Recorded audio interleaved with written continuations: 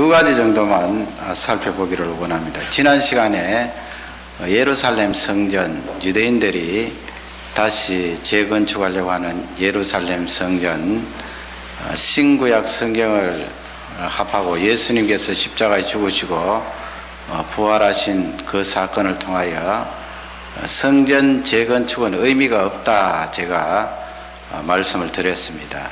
그러면 이 요한계시록에 계속해서 하나님의 성전, 또 언약궤, 또 제단, 이런 구약적인 용어가 등장을 하는데요, 그 내용이 무엇인가 하는 것을 살펴보기를 원합니다. 첫 번째 살펴볼 것은 이 성전 청량에 대해서 살펴보기를 원합니다. 성전 청량이 무엇인가? 1절 말씀 우리 다 같이 한번 받들도록 하겠습니다.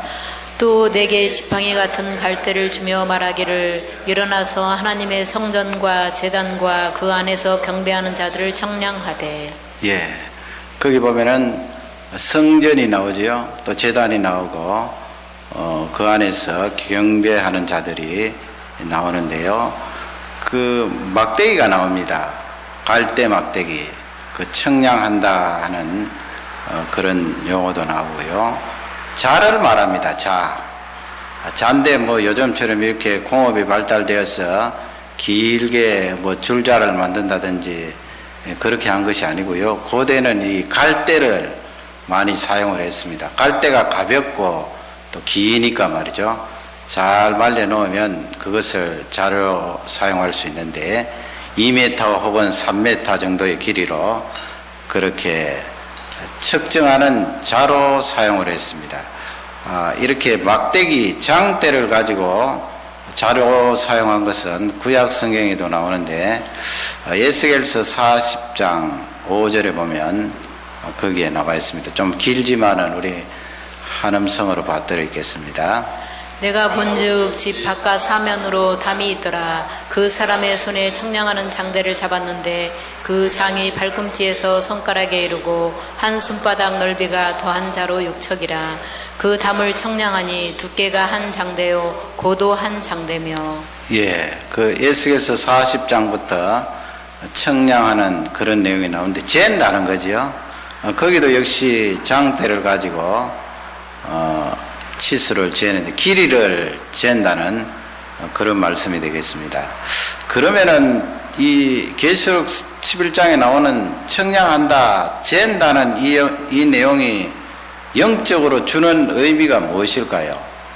그것은 바로 우리가 무엇을 잰다 할 때는 그 보수하고 다시 건축하는 것을 말합니다. 그래서 그것을 다른 말씀으로 바꾸면 보호하고 보존하는 거예요. 보호하고 보존한다. 왜 하나님께서 요한 사도를 통하여서 그렇게 성전을 재도록 하셨는가? 그것은 보호, 보존을 위하여서 재도록 하셨다. 그러면 거기서 나오는 성전은 뭐라고 그랬습니까? 구약시대에 나오는 예루살렘 성전이 아니라고 그랬습니다. 또 장차 유대인들이 다시 재건축하려고 하는 그 성전도 아니라 그랬어요. 그러면 11장 1절에 나오는 그 성전은 무엇인가? 하나님의 성전이라고 그렇게 되어 있는데 그 성전은 바로 고린도전서 3장 16절 17절에 있는데요, 고전 3장 16절을 우리 다 같이 한번 봐드리겠습니다. 너희가 하나님의 성전인 것과 하나님의 성령이 너희 안에 거하시는 것을 알지 못하느뇨. 예, 거기에 사도 바울이 분명히 우리에게 밝히고 있습니다. 우리를 향하여서 너희가 하나님의 성전인 것. 왜 그렇게 우리가 하나님의 성전이라고 칭함을 받습니까? 우리 속에 성령 하나님께서 거주하시기 때문에 그렇다. 사도 바울은 그렇게 기록을 하고 있습니다. 나 자신이 성전이라는 거예요. 예수 그리스도로 말미암아 거듭나고 하나님 백성된 나 자신, 내 옆에 있는 성도, 이렇게 어우러져서 하나님의 교회 공동체가 된 것 아닙니까? 그러니 이 요한계시록 11장에 나오는 성전은 바로 나 자신을 포함하여서 구원받은 교회 공동체를 말하고 있는 것입니다. 17절도 보면은요, 우리 17절을 다 같이 읽겠습니다. 누구든지 하나님의 성전을 더럽히면 하나님이 그 사람을 멸하리라. 하나님의 성전은 거룩하니 너희도 그러하니라. 예, 두 번 반복해서 하나님의 성전 나오지요. 하나님의 성전을 더럽히면 하나님께서 멸하시겠지요. 내 속에 성령 하나님이 계시는데, 그러므로 하나님의 성령이 계시는 이 성전, 나 자신을 깨끗하게 하라, 더럽히지 말라, 그런 말씀인데요. 에베소서 2장 21절에 가면은 또 거기도 성전이라는 용어가 나옵니다. 다 같이 우리 받아 읽겠습니다. 그의 안에서 건물마다 서로 연결하여 주 안에서 성전이 되어가고. 예, 성전이 되어가고 그랬지요. 그의 안에서, 예수 그리스도 안에서 연결하여, 그랬으니까 내 옆에 있는 사람들, 성도들, 구원함을 받은 성도들이 서로 이 성전을 지어간다는 말씀이에요. 얼마나 거룩한 말씀이에요. 그러면 1절에 나오는 그 성전은 바로 나고 구원받은 하나님 교회의 공동체를 말한다, 그렇게 보시면 되겠고요. 그것을 청량한다, 이 말씀은 어떤 말이에요? 하나님께서 우리를 보호해 주시고 보존해 주시고 지켜주신다 하는 그런 귀한 말씀이 되겠습니다. 그러면 2절에 가면은요, 거기에 이제 바깥마당이 나오는데, 우리 계시록 11장 2절을 다 같이 읽도록 하겠습니다. 성전 밖마당은 청량하지 말고 그냥 두라. 이것을 이방인에게 주었은즉 저희가 거룩한 성을 42달 동안 짓밟으리라. 예, 성전 바깥마당은 청량하지 마라, 그렇게 되어 있습니다. 그림을 하나 보시면은 그 헤롯 대성전인데 저렇게 큽니다. 여러분 빨간 글씨로 이방인 그렇게 적혀 있는데, 그건 사실상 성전 안이 아니에요. 그 이방인은 성전 뜰이라도 안쪽에 들어올 수가 없고요. 양 사이드에 이방인의 뜰이 있고, 그 중심에 이제 보면은 이스라엘 백성들이 들어갈 수 있는 그 성전 안이 되겠습니다. 그것이 그 오른쪽에 보시면 여인이라고 되어 있는데, 먼저 첫 번째 부분은 여인들이 들어갈 수 있는 마당이고요. 그 다음에는 이제 남자들인데 이스라엘 백성들을 말해요. 이스라엘 백성들이 그 마당에 들어갈 수 있고, 더 안쪽으로 보시면 이제 제사장이라고 되어 있는데, 거기는 제사장만이 들어갈 수 있는 그런 뜰이 되고, 그 안쪽으로 보면 성소, 지성소 이렇게 있게 되는데, 지금 2절에 나오는 바깥마당이라는 말씀은 바로 이방인의 뜰을 말합니다.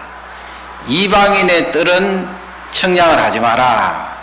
그러면 여러분, 거기서 이방인의 뜰은 무엇을 의미하고 있을까요? 대개는 이방인의 뜰이기 때문에 복음을 받아들이지 않고 회개하지 않는 백성들을 말한다, 그렇게 말하는 사람들이 많이 있는데요. 그러나 보캄이라는 그런 신학자가 있는데, 그분은 그렇게 해석합니다. 하나님께서 이 이방인의 뜰도 어떻게 해석을 하는가 하면, 안쪽에 있는 그 성전은 바로 우리라 그랬잖아요. 구원함을 받은 하나님의 백성들. 그것을 복함은 구원함을 받은 하나님의 백성인데 안쪽과 바깥쪽이 있을 거 아니에요. 안쪽이란 말씀은 우리의 이 영혼, 우리가 가지고 있는 정신, 우리가 가지고 있는 구원의 확신, 틀림없이 흔들리지 않는 그 본질적인 것, 그것을 안쪽으로 말하고, 그러니까 제사장 들어가고 이스라엘 백성 들어가고 여인들이 들어가는 성전 그 안쪽을 말하는 거예요. 그러면 이방인들이 들어갈 수 있는 그 바깥마당은 무엇을 말하는가? 성도들의 외적인 환경을 말한다, 그렇게 했어요. 그래서 하나님께서 청량하지 마라, 이 말씀은 성도들이 환경에 접할 때, 우리가 여러분 이 세상에 있는 여러 환경에 접하잖아요. 학교도 가야 되고 직장 생활도 해야 되고 사업체도 경쟁해야 되고, 어떨 때는 선교 나가서 선교 현장에서 믿지 않는 세력과 부딪혀야 되고 하는 이런 환경이 있어요. 상황이 있어요. 그 상황과 환경에 대해서는 청량하지 마라. 그런 말씀은 너희들 환경을 하나님이 무시해버리고 지켜주지 않는다, 이 말씀은 아니에요. 보존해주지 않는다, 그 말씀은 아니고요. 하나님께서 그 환경에 어느 정도는 고통과 고난과 아픔이 임하도록 허용하신다는 말씀이에요. 의도적으로 하나님께서 그 속에 우리를 집어넣는 것이 아니고요. 이 세상 구조 자체가 죄가 들어왔기 때문에 어쩔 수 없잖아요. 죄악이 많은 이 세상 속에 우리가 학교를 간들, 선교 현장에 간들, 사업체에 간들, 직장에 간들 다 그 환경 속에 어려움에 접할 수밖에 없고요. 심지어는 그 현장 가운데서 나중에 뒤쪽에 가면 나옵니다마는 복음을 전하다가 목숨을 잃어버리는 그런 사람도 있고요. 심한 고난 속에 예수 그리스도 때문에 고난을 당하는 그런 사람도 있어요. 그러니 여러분 이 2절 말씀을 놓고 이 복함이라는 학자의 해석도 생각해 보시고, 또 대부분의 사람들이 말하는 회개하지 않고 복음을 받아들이지 않는 그 사람들을 이방인의 마당이라고 지칭한다. 그렇게 두 가지 중에 하나를 선택하면 되는데, 뒤쪽 복함의 그 해석이 상당히 좋아요. 그렇지 않습니까, 여러분? 통틀어서 성전이라고 하나님께서 말씀하실 때 그 성전은 우리인데 말이죠. 구원함을 받은 하나님의 백성들, 교회를 말하는데 그것을 뭐 반쯤 나누어서 이방인의 뜰은 예수님 믿지 않는 사람이고 그 안쪽은 하나님의 백성들, 그렇게 해석하는 것은 뭔가 좀 이상한 거예요. 그래서 두 번째 해석을 염두에 두시고, 하나님께서 우리의 구원, 우리의 영혼, 우리에게 주어지는 그 영생의 영원한 약속, 그런 것은 자로 청량하듯이 정확하게 우리에게 보존해 주시고 그 언약의 약속을 신실하게 지키시는데, 외적인 환경에 대해서는 어느 정도 고난과 고통에 대해서 허용을 하신다는 말씀이에요. 허용하시는데 그냥 세상 죄악 돌아가는 그 수레바퀴 속에 우리를 내어 던지시는 것이 아니고요.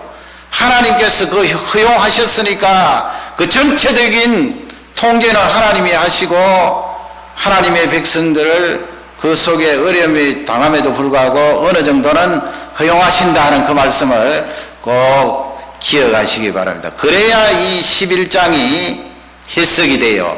그래서 이 11장은 12장, 13장, 14장, 15장에 대한 맛보기예요. 맛보기. 앞쪽에 하나님께서 서론적으로 조금 알려주시고 그 다음에는 더 확대해서 12장에 보면은 두 여인이 나오고 아들이 나오고 13장 나오고 14장 나오고 15장 나오는 거예요. 그런 것을 염두에 두고 성경을 생각해 보시기 바랍니다. 두 번째 이제 살펴볼 것은 두 증인에 대해서요. 3절 4절인데요. 거기 보면 두 증인이 나오는데 우선 3절을 다 같이 한번 봐드리겠습니다. 내가 나의 두 증인에게 권세를 주리니 저희가 굵은 베옷을 입고 1260일을 예언하리라. 예, 이 3절 4절 내용을 놓고 이단들이 얼마나 많이 나왔어요. 두 증인, 내가 두 증인이다 해서 자기 자신을 두 증인이라고 말하면서 수많은 사람들을 미혹하여서 엉뚱한 길로 들어서게 한 이단 교주들이 수없이 나왔어요. 그래서 우리는 이 요한계시록이 좀 어렵고 이해가 안 되는 부분이 있을지라도 정확한 그 성경적인 입장을 가지고 있어야 됩니다. 두 증인, 뭐 어떤 사람들 가운데는 두 증인, 여기서 말하는 이 두 사람은 바로 구약시대에 나오는 모세와 엘리야다. 또 어떤 사람은 죽음을 체험하지 않고 하나님 보좌에 계신 그곳에 간 누구 있습니까? 구약 성경에 에녹이라는 사람이 있고 그 다음에 엘리야라는 사람이 있잖아요. 이 두 사람이다. 또 어떤 사람은 신약 시대에 예수님 제자 가운데 베드로, 그리고 그 뒤에 부활하신 예수님 만난 사도 바울, 베드로와 사도 바울이다. 그런데 여러분, 우리는 성경을 읽으면서 두 증인이라고 말했기 때문에 그렇게 숫자적으로 두 사람이다 생각할 수 있는데 그렇게 생각하면 안 돼요. 그렇게 생각하다가 잘못되면은 엉뚱한 이단으로 빠질 수가 있는 것입니다. 여기서 말하는 두 정의는 어떤 사람을 꼭 꼬집어서 말하는 두 사람이 아니에요. 그러면 요한 사도가 본 두 정인이 무엇인가? 둘이라는 이 숫자가 대단히 중요해요. 신명기 19장 15절을 우리 다 같이 한번 읽겠습니다. 사람이 아무 악이든지 무릇 범한 죄는 한 증인으로만 정할 것이 아니요 두 증인의 입으로나 세 증인의 입으로 그 사건을 확정할 것이며. 예, 재판할 때나 뭐 어떤 사람이 허물이 발견되면은 그냥 덮어놓고 그 사람에게 죄가 있다고 그렇게 정하는 것이 아니고요. 반드시 모세 율법에 보면은 증인이 있어야 돼요. 그 증인의 기본 숫자가 두 사람이에요. 두 사람이 넘어야 돼요. 가장 중요한 기본 숫자가 두 사람이에요. 그래서 이 계시록 3장에 둘이 등장하는 거예요. 두 증인, 두 사람. 우리 예수님께서도 누가복음 10장 1절에 보면은 그래서 둘씩 짝지어서 이렇게 70문도 제자들을 파송하는데 그건 이제 구약적인 배경을 깔고 그렇게 예수님이 파송하시거든요. 물론 뭐 두 사람이 가면은 전도하는데 더 담대함이 생기고 서로 의지하고 좋지 않겠어요. 그러나 구약적인 배경을 보면 그 속에 다른 의미가 깊은 의미가 있거든요. 누가복음 10장 1절을 다 같이 읽도록 하겠습니다. 이후에 주께서 달리 70인을 세우사 친히 가시려는 각 동각처로 둘씩 앞서 보내시며. 예, 거기 보면 둘씩 그렇게 70명 예수님께서 전도하는데 파송하는데 왜 그렇게 예수님께서 두 사람씩 짝지었을까요? 그건 신명기 19장 15절 말씀에 의하면 예수 그리스도의 복음, 이 천국 복음에 대한 확실한 증인이라는 거예요. 확실한 증인. 내가 예수 그리스도를 전하는데 나 혼자 전하는 것이 아니고 여기 옆에 있는 같이 온 이 사람, 우리 두 사람이 그분에 대한 천국의 복음에 대한 확실한 증인으로서 여러분에게 복음을 선포합니다. 증인이라는 거예요. 그래서 여기 나오는 두 증인은 두 사람을 말하는 거 아니에요. 두 사람 모세를 말하고 바울을 말하고 그런 게 아니에요. 뭐 옛날에 이미 죽었습니다만 박태서를 말하고 그런 이단 교주를 누구 지칭해서 말하는 거 아니에요. 여기서 말하는 두 증인은 하나님의 교회가 해야 될 확실한 역할을 말하는 역할을. 하나님의 교회가 해야 될 역할 가운데 가장 중요한 것이 무엇입니까? 증인이에요. 증인. 요한 사도가 본 이것은 우리 교회를 향하여서 나를 향하여서 너희들이 이 세상에 살아가고 하나님의 교회가 이 세상에 존재하는 가장 중요한 역할이 바로 증인의 신실한 사역이라는 거예요. 그것을 이제 두 증인이라고 그렇게 요한 사도가 기록을 하고 있는 것입니다. 이렇게 이제 두 증인이라고 말할 때 4절 말씀에 보면은 같은 개념으로 이제 두 가지를 더 추가를 하거든요. 4절을 우리 다 같이 읽겠습니다. 이는 이 땅의 주 앞에 섰는 두 감람나무와 주 촛대니. 예, 거기 둘이 나오잖아요. 두 감람나무가 나오고요. 두 촛대가 나오지요. 거기도 여러분 중요한 것은 둘이에요. 둘은 증인이라니까요. 증거하는 것, 신실한 증거. 두 촛대는 무엇일까요? 촛대. 그 요한계시록 1장에 보면 예수님께서 그 뒷부분에 여러분 다 이미 공부하셨습니다. 7 촛대라고 그랬죠. 7 촛대. 그건 뭐라고 그랬습니까? 교회를 말합니다. 7이라는 것은 전체를 말하고 완전함을 말해요. 예수 그리스도께서 구원함을 허락한 이 구원받은 공동체는 완전하다. 예수 그리스도의 구원이 완전하니까요. 누구라도 흔들 수 없어요. 전체를 말하고요. 그러면 4절 말씀에서 둘이라는 숫자가 왜 나왔어요? 거기서 두 촛대라는 말씀은 두 교회를 말하는데 바로 두 증인이에요. 교회가 해야 될 역할 가운데 중요하고도 중요한 그 증거하는 신실한 사명을 나타내기 위해서 두 촛대라고 말하는 거예요. 그러면 앞쪽에 나오는 감람나무, 두 감람나무는 무엇을 말합니까? 그것은 구약 성경에 스가랴서에서 나오는 그 내용들을 이 사도 요한이 자기가 본 것과 연결하여서 그렇게 말씀을 하는데, 스가랴서 4장 3절을 우리 다 같이 읽도록 하겠습니다. 그 등대 곁에 두 감람나무가 있는데 하나는 그 주 발 우편에 있고 하나는 그 좌편에 있나이다 하고. 예, 그림을 보세요. 스가랴 선지자가 포로 이후의 선지자지요. 환상을 보는데 말이죠. 두 감람나무가 있는데 거기에 7등잔이잖아요. 원래 성전 안에 있는 7등잔. 그런데 두 등잔, 좌우 위에 두 등잔, 양쪽에 좌편 우편에 감람나무 하나씩 있더라. 여러분, 이 두 감람나무도 얼마나 이단들이 많았어요. 내가 감람나무다, 나를 따르라. 그러면 우리는 성경을 모른다면 어떻게 그것을 말하겠어요? 물론 뭐 틀렸다고 딱 단도직입적으로 이야기는 할 수 있겠죠. 그러나 설명하라 그러면 우리가 설명을 못하는 거예요. 자기가 두 감람나무라고 그러는데, 거기서 말하는 두 감람나무는 누구를 가리킬까요?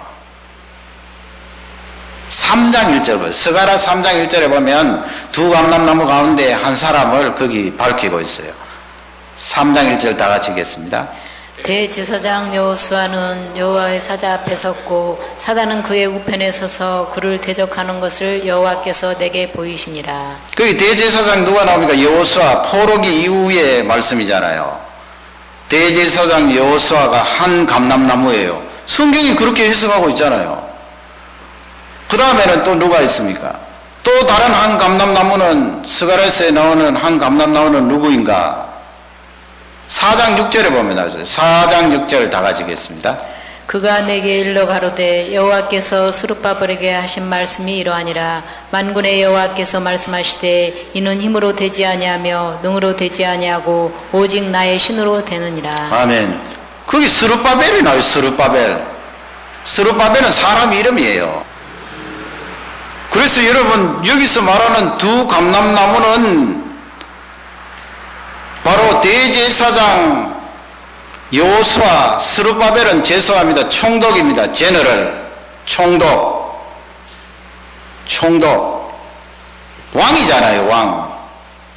총독을, 유대인들을 통치하는 왕의 상징이에요. 그러면 요한 사도가 이 구약 성경에 나오는 대제사장의 개념 여호수아와 총독 왕의 개념인 스룹바벨을 말씀하면서 두 감람나무라고 말할 때는 증거하는 것과 연결이 되어 있기 때문에 그래요. 그게 무슨 연결이 되어 있나요? 여러분, 예수 그리스도를 통하여 구원함을 받은 우리는 증거하는 삶을 살아갈 때 두 가지 중요한 직책을 하나님 말씀하셨잖아요. 너희는 뭐라고요? 왕같은 제사장이라고 그랬어요. 예수 그리스도께서 우리에게 지상명령으로 복음 전파, 정인의 사역을 감당시키실 때 우리에게 왕같은 권세를 주시고 제사장과 같은 권세를 허락해 주셨어요.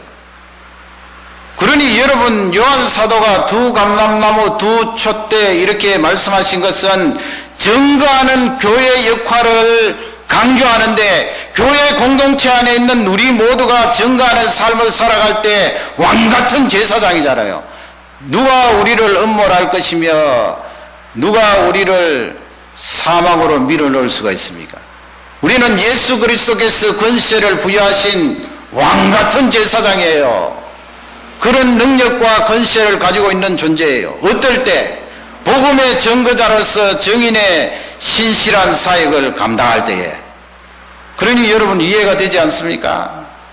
여기서 나오는 두 정인, 두 감람나무, 두 촛대는 교회가 가지고 있는, 내가 가지고 있는 예수 그리스도의 정인으로서 신실한 사역을 감당해야 될 것을 요한 사도가 말씀한 거예요. 이 말세에 말이죠. 내가 그냥 내 혼자 예수 그리스도를 믿고 영원한 하나님 나라에 들어가게 하신 것이 아니고요, 나를 이 정인의 귀한 사역자로서 삼아주시고 그 일을 감당시키시려고 이 귀한 말씀을 허락하신 줄 확신합니다. 그래서 여러분, 오늘 저녁에도 기도하실 때에 하나님의 교회가 이 정가하는 사역을 감당하고 나 자신이 그 구성원으로서 정인으로서의 사역을 감당하는 귀한 종이 되게 해 주십시오. 기도하는 저녁이 되시기를 주님의 이름으로 축원합니다. 우리 다 같이 기도하겠습니다. 말씀을 생각하면서 기도합니다. 더욱이 우리